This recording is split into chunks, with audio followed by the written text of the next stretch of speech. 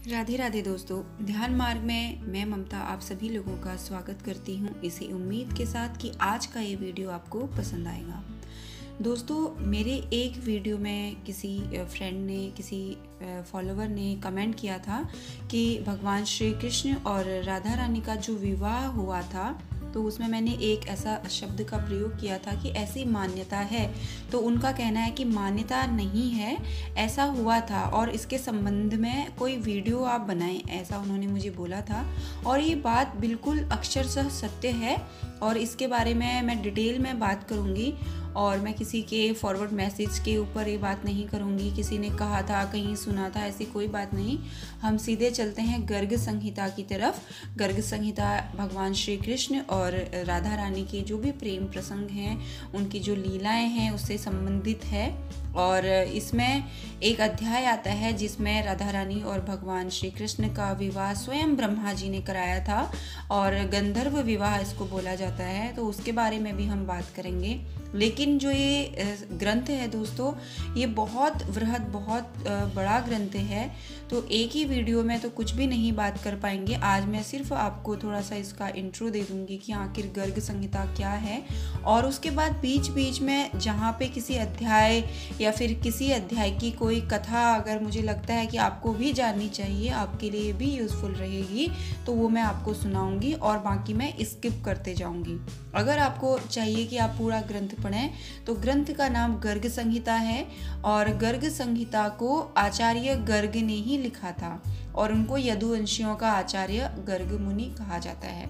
अब इस संहिता में श्री कृष्ण लीला है, पूर्ण तरीके से राधा जी की माधुरी भाव की लीलाओं का वर्णन किया गया है।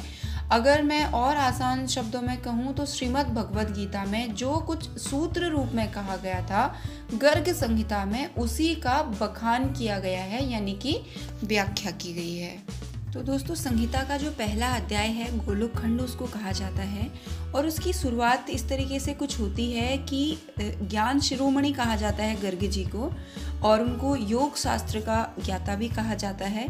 तो वो शौनक जी से मिलने एक बार नैमिषारण्य गए।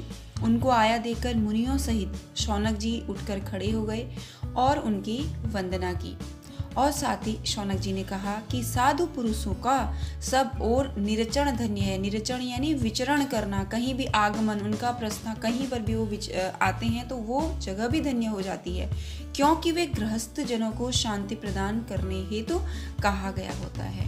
तो मनुष्यों के भीतरी अंधकार का नाश महात्मा ही करते हैं, ना कि सूर्य। ये जो शब्द थे ये शौनक जी के थे।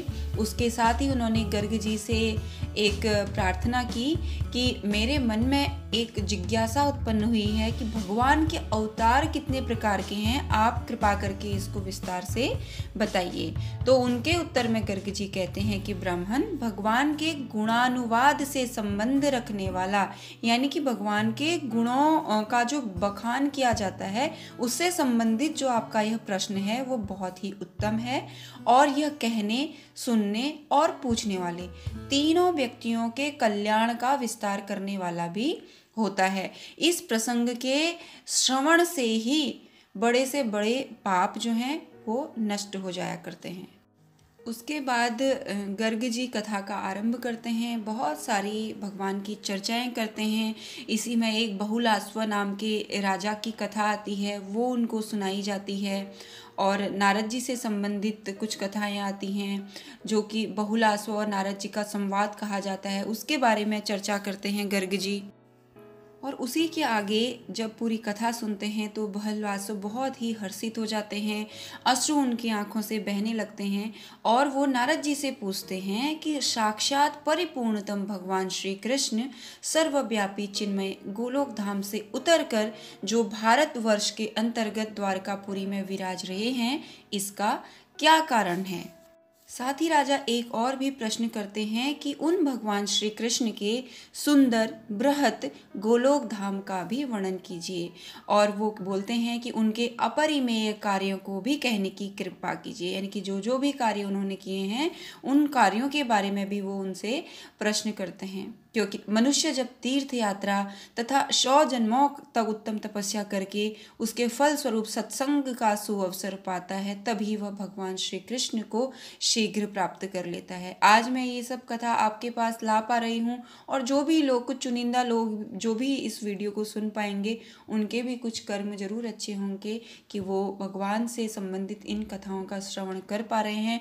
और मैं दोबारा से धन्यवाद देना चाहूँगी उन फॉलोअर का जिन्होंने मुझे ये प्रश्न किया था, और जिसके बाद ही मैंने ये निश्चय लिया कि मैं कुछ सीरीज़, कुछ वीडियोस अब लगातार इस विषय पे लाऊंगी। तो इसके बाद नारद जी राजा को कथा सुनाते हैं, भगवान श्री कृष्ण के गोलोक धाम की चर्चा होती है और उनकी लीलाएं प्रारंभ होती हैं, जो हम अगले वीडियो में सुनेंगे। राधे राधे।